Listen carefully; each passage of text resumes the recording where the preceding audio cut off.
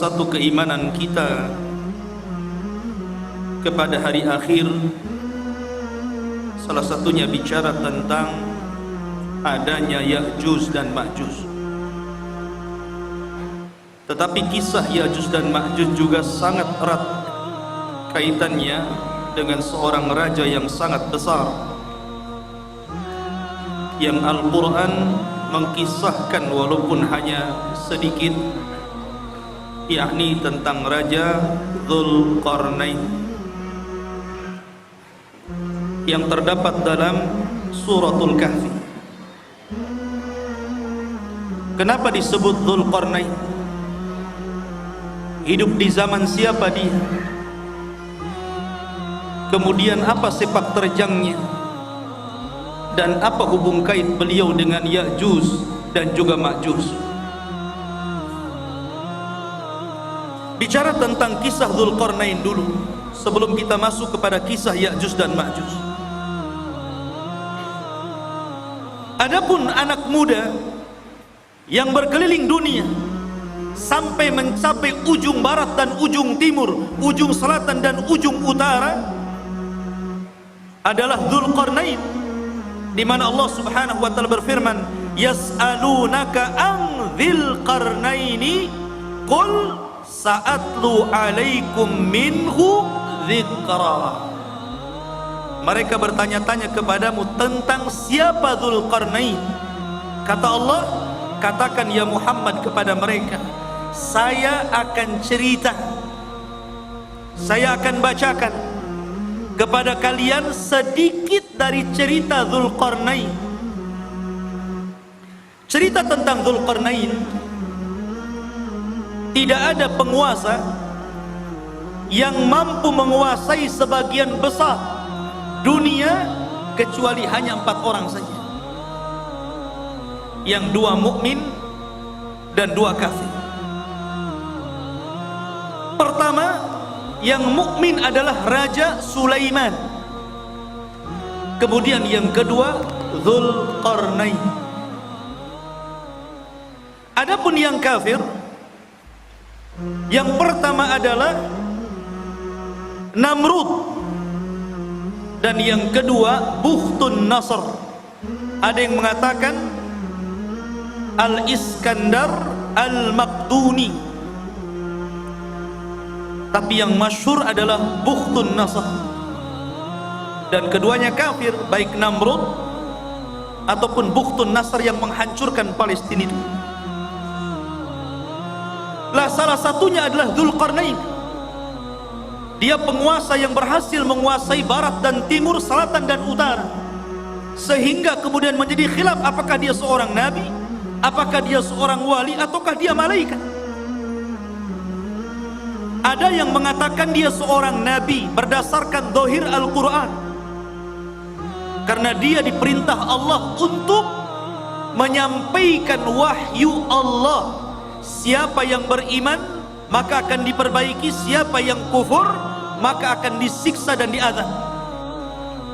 Tapi pendapat yang masyhur, dan ini pendapat yang banyak dikuatkan para ulama seperti Asy-Syaikh Ibnu Utsaimin rahimahullahu taala, mengatakan bahwa dia adalah rajulun saleh, orang yang sangat soleh sekali, dan dia seorang raja dan penguasa dunia.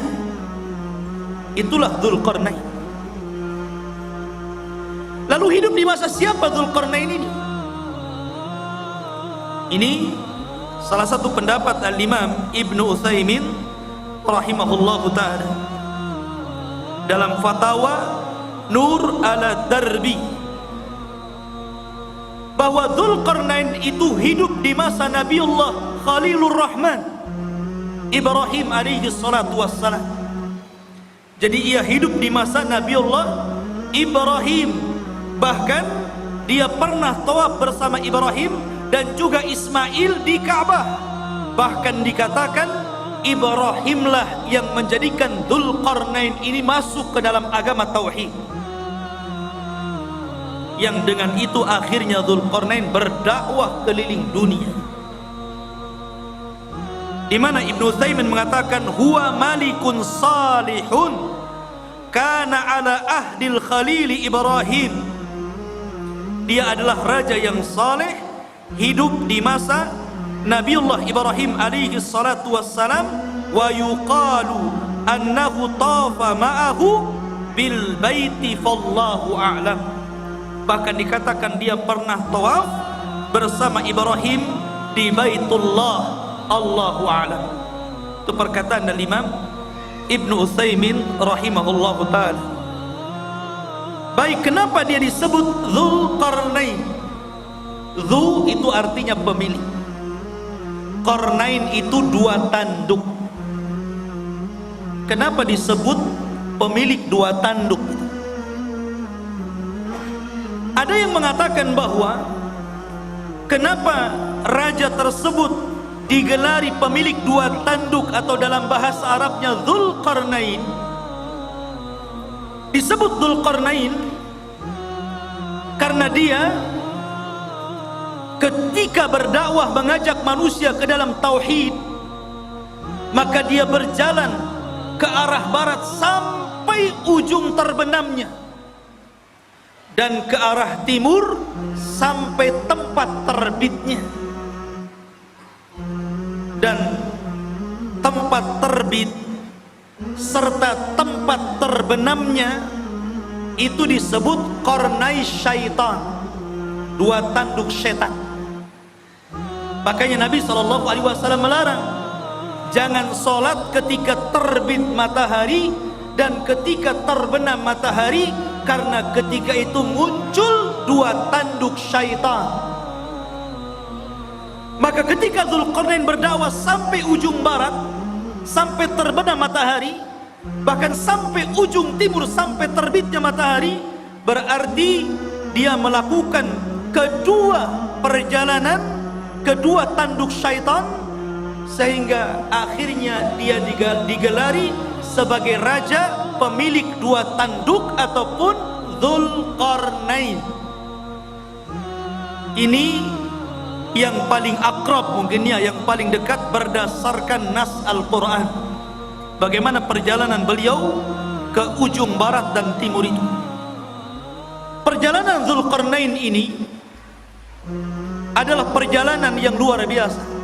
Seorang raja yang seluruh kekayaannya, seluruh hidupnya hanya untuk mengajak manusia kepada tauhid. Ada sebuah asar dari turjumanul Quran Abdullah bin Abbas radhiyallahu an, walaupun asar ini fihi nazar, ada pandangan para ulama bahwa usia dakwah daripada Dzulqarnain itu 500 tahun, 500 am, 500 tahun dia berdakwah. Baik, itu sedikit muqaddimah tentang siapa Dzulqarnain. Di dalam Al-Quranul Karim, tepatnya surah Al-Kahfi, ayat yang ke-83, ayat yang ke-83 Allah katakan, yas'alunaka an dzil qarnaini. Mereka bertanya-tanya kepadamu ya Muhammad tentang siapa Dzulqarnain itu. Qul sa'atlu alaikum minhu dzikra. Katakan ya Muhammad, saya akan bacakan kepada kalian minhu, dari sedikit kisahnya saja. Dzikra, penyebutannya tidak banyak, hanya sedikit.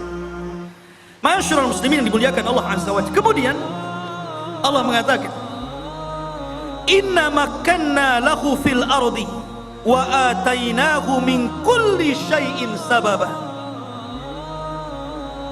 Inna, sesungguhnya, makkanna, sesungguhnya kami, makkanna lahu, sesungguhnya kami telah memberikan kekuasaan lahu kepada siapa? Dzulqarnain. Makkan itu artinya kekuatan, kekuasaan, kehebatan untuk menjadi raja. Apa sebabnya? Sebabnya wa atainahu min kulli syai'in sababa. Dan kami telah memberikan kepada Dzulqarnain ini jalan untuk mencapai segala sesuatu yang dikehendakinya.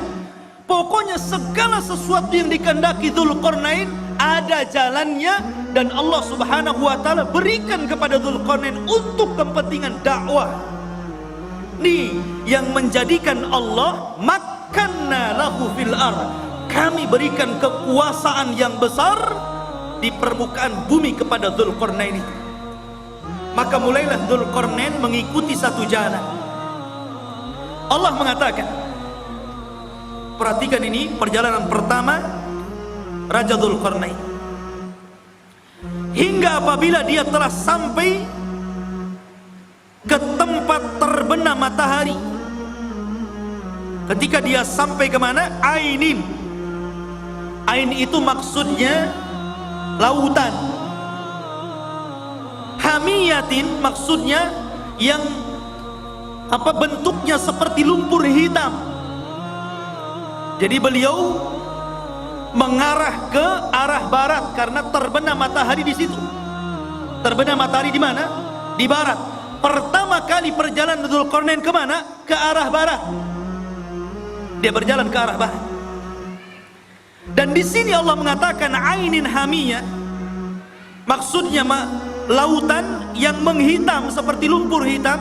Karena begini ikhwan, matahari itu awalnya putih, kemudian semakin mengarah ke barat menjadi kuning, kemudian semakin tenggelam menjadi merah, kemudian ketika tenggelam menjadi hitam karena muncul malam. Itulah disebut ainin hamiyah. Dan disitulah ujung daripada barat, karena sudah tidak ada jalan lain, sudah ujungnya, selebihnya nggak ada tanah lagi, lautan semuanya. Lah Dzulqarnain sampai di ujung barat. Disitulah Dzulqarnain, ikhwan, ini Dzulqarnain itu berjalan ke sana kemari hanya untuk memperbaiki. Lah Dzulqarnain ini, dia kalau masuk ke sebuah desa dan desa itu ada ketertinggalan, dimajukan. Apa yang kalian butuhkan? Kalian butuh kedokteran? Kami letakkan di para dokter, ajarkan mereka kesehatan. Kalian perlu untuk pembangunan? Nih saya letakkan arsitek, ajari mereka bagaimana cara membangun rumah dan gedung. Jadi sifatnya seperti itu. Dzulqarnain ini hanya memperbaiki. Kalau sudah baik tempat tersebut, daerah tersebut, diletakkan orang-orangnya, kemudian dia jalan lagi sampai akhirnya sampai di ujung barat, ketemu sebuah kaum yang tidak punya agama, kaum yang zalim, dan tidak ada kezaliman yang paling besar melainkan kesyirikan. Kaum yang sangat pendosa, melakukan keharaman, pencuri, pembunuh. Lah Dzulqarnain ini mendapatkan kaum di arah barat seperti itu. Makanya Allah mengatakan di dalam ayat ini, ya Dzulqarnaini, wahai Dzulqarnain, wahai Raja Dzulqarnain, imma an tu'adzib wa imma an tattakhidha fihim husna. Terserah engkau. Apakah engkau mau menghukum orang-orang jahat ini, orang-orang zalim ini, orang-orang yang tidak beriman ini, ataukah engkau ingin berbuat baik kepada mereka? Terserah. Maka Dzulqarnain mengatakan, amma man zalam, adapun orang yang zalim, adapun orang yang menyekutukan Allah, yang suka membunuh, yang suka mencuri, yang suka melakukan keharaman, fasawfa nu'adzibuhu, kami akan azab dia, kami akan hukum dia, thumma yuraddu ila rabbih, setelah itu kami serahkan kepada Rabbnya, fayu'adzibuhu adzaban nuqra, kelak Rabbnya akan mengadab boleh jadi lebih dahsyat dibandingkan azabku kepada mereka. Tetapi sebaliknya, wa amma man amana wa amila salihan falahu jazaan al-husna wa sanaqulu lahu min amrina yusra. Adapun yang nurut dengan perintahku, akhirnya beriman, beramal saleh, maka mereka akan mendapatkan balasan yang baik, dan kami katakan kepadanya, dari perkara kami mudahkan segalanya. Begitulah seorang raja jalan ke sana kemari. Inilah yang pertama perjalanan siapa? Dzulqarnain ke arah barat. Baru kemudian Allah mengatakan, summa atba'a sababa. Baru kemudian Dzulqarnain berjalan ke arah lain. Ke arah mana? Allah mengatakan, hatta idza balagha matli asy-syamsi, sampai ketika Dzulqarnain sampai di arah terbitnya matahari. Lah Dzulqarnain sampai di ujung matahari terbit, akhir artinya arah timur, karena terbitnya matahari itu di timur. Maka kemudian ketika dia menempuh jalan, dia mendapatkan sebuah kaum, sekelompok umat yang kami tidak menjadikan bagi mereka sesuatu yang melindunginya dari cahaya matahari. Umat yang sangat terbelakang, gak punya rumah, gak berpakaian. Lah di zaman Dzulqarnain ini ada kaum dari arah timur itu gak pakai apa-apa, auratnya nampak, gak punya rumah, kasihan. Kemudian kadzalika wa qad ahadna bima ladaihi khubra. Kadzalika, begitulah sesungguhnya ilmu kami meliputi segala apa yang ada padanya. Maknanya akhirnya Allah Subhanahu wa taala menjelaskan bagaimana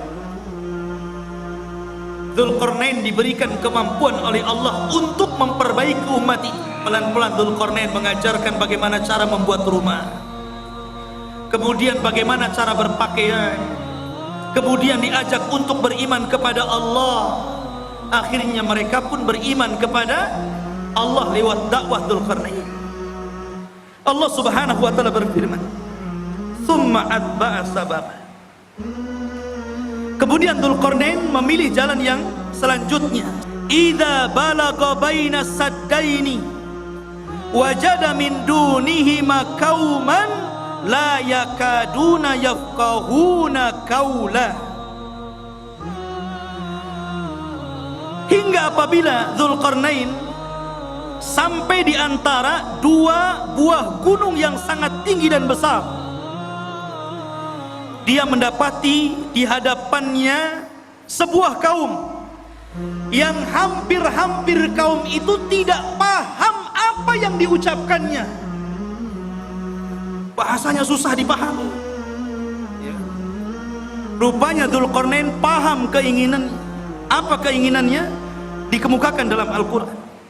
Qalu, mereka berkata, ya Dzulqarnain, inna Ya'juj wa Ma'juj mufsiduna fil ard, fahal naj'alu laka kharjan ala an taj'al bainana wa bainahum sadda.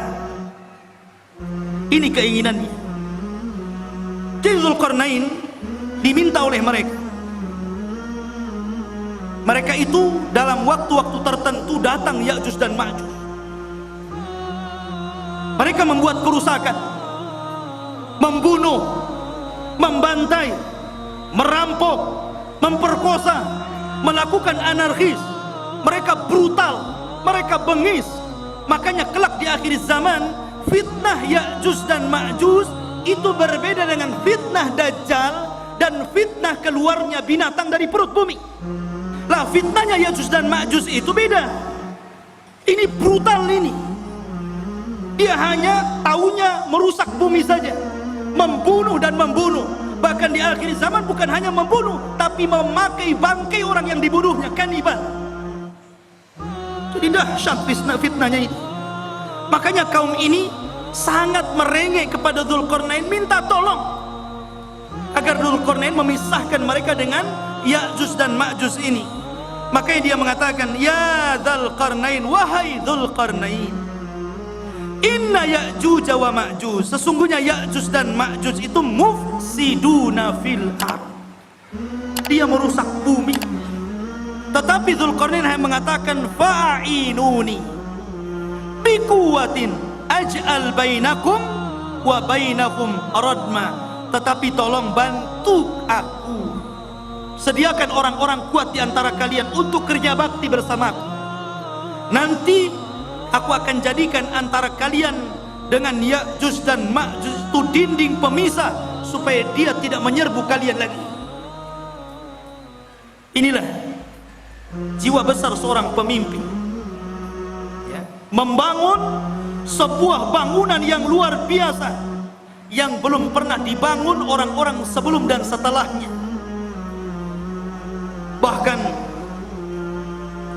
bangunan itu sendiri tidak tahu siapa yang tahu, nggak ada yang tahu. Sampai sekarang kan nggak ada yang tahu, walaupun berbagai macam ilmuwan meneliti dengan kecanggihan alat-alat di zaman sekarang, dengan teknologi transportasi yang memudahkan mereka untuk berpindah satu negeri ke negeri yang lainnya, sampai sekarang masih gaib, masih belum ditemukan, agak-agak kira-kira saja, mungkin di sini, mungkin di situ.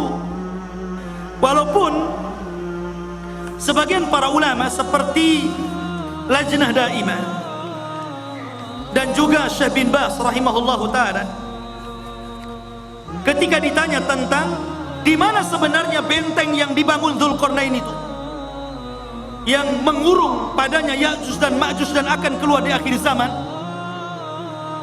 maka Syekh bin Baz hanya mengatakan min kibalil masyriq, dari arah timur, maksudnya kota Madinah. Kalau antum berada di Madinah, ke arah timurnya.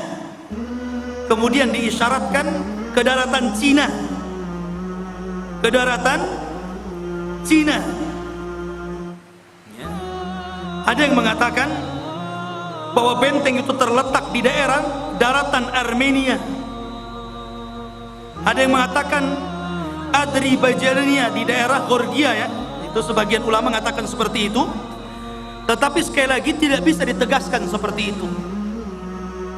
Cuman dari arah timur. Dia belum keluar, dan dia di balik tembok, dan kelak akan dikeluarkan Allah di akhir zaman.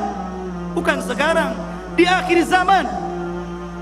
Karena Ya'juj dan Ma'juj itu Allah keluarkan setelah Allah hancurkan bentengnya, itu ketika setelah Isa bin Maryam turun, itu pun pasca terbunuhnya Dajjal. Dajjal dibunuh dulu, baru setelah itu selang beberapa waktu Isa dan kaum muslimin diuji lagi oleh Allah, tiba-tiba runtuh daripada apa yang sudah dibangun Dzulqarnain, sadnya ini, bendungannya ini, bentengnya ini. Akhirnya dari situ min kulli hadabin yansilun, maka mereka keluar dari benteng itu seperti bah yang turun dari bukit, saking banyaknya gitu, keluar semua. Karena dalam riwayat Abdullah bin Umar radhiyallahu an, di antara mereka Ya'juj dan Ma'juj itu dikisahkan bahwa tidak mungkin mati seorang Ya'juj dan Ma'juj itu kecuali kalau seandainya mereka telah mendapatkan 1000 keturunan baru mati. Dan itulah apa yang disabdakan Rasul, akan muncul sebuah kaum yang tidak bisa engkau perangi. Makanya wahai Isa, selamatkan kamu dan selamatkan sebagian dari yang selamat dari kaum muslimin, bersembunyilah di bukit Tur. Akhirnya Isa pun menyembunyikan diri dan kaum muslimin di bukit Tur. Lah Dzulqarnain ini akhirnya membuat benteng yang sangat kokoh sekali. Kemudian sifat bentengnya, Dzulqarnain berkata, berikanlah kepadaku potongan-potongan besi, sehingga apabila besi itu telah sama rata dengan kedua puncak gunung, seolah-olah main las, kayak orang las gitu kan. Besi itu dibuat, ditancap-tancapkan, kemudian dilas satu dengan yang lainnya, sehingga menjadi sebuah benteng. Kemudian ketika tinggi besi itu sama dengan gunungnya, berkatalah Dzulqarnain, tiupkanlah api, hingga apabila besi itu sudah menjadi merah seperti api. Dia pun berkata, berikanlah kepadaku tembaga yang mendidih, agar kutuangkan ke atas besi panas tersebut. Kokoh sekali. Inilah dinding yang tidak bisa dijebol. Sampai Ya'juj dan Ma'juj sendiri gak bisa jebol dinding itu. Dan subhanallah, karena kokohnya benteng itu, Ya'juj Ma'juj itu setiap hari melobangi untuk keluar dari situ. Jadi kalau di pagi hari dia datang dengan kumpulan-kumpulan arsitek khusus yang lubangi gua itu dari kalangan Ya'juj dan Ma'juj, mereka ngebor tuh dengan alat yang mereka punya. Ketika sudah kecapean gitu kan, hampir mereka sedikit lagi, dan waktu sore mereka kemudian kembali ke rumahnya. Besoknya bolongan itu balik lagi ke asalnya, dan seperti itu hampir mereka putus asa karena tidak bisa melubangi dan tidak bisa keluar dari gerbang. Sampai akhirnya di akhir zaman, ketika pemimpin Ya'juj dan Ma'juj itu hendak memimpin untuk melobangi dan keluar dari benteng itu, kata pemimpinnya, besok kita akan kerja lagi, insya Allah. Pemimpinnya diilhamkan untuk mengucapkan insya Allah. Subhanallah, ketika pemimpinnya diilhamkan untuk mengucapkan insya Allah, jebol benteng itu. Akhirnya mereka keluar, sehingga ketika mereka turun dari bukit itu dan mengarah ke Palestina, kemudian yang pertama mendarat di sebuah danau Tiberias atau danau Buhairah, diminum itu kelompok yang pertama paling depan, yang tengah dan yang belakang. Ketika sampai di danau itu sudah nggak kebagian air, saking banyak. Padahal danau itu bisa menghidupi jutaan jiwa yang ada di sana. Tapi sekali tekuk gelombang yang pertama, habis ludas saking banyaknya Ya'juj dan Ma'juj. Ma'asyiral muslimin yang dimuliakan Allah Azza wa Jalla, itulah kilasan daripada cerita Dzulqarnain.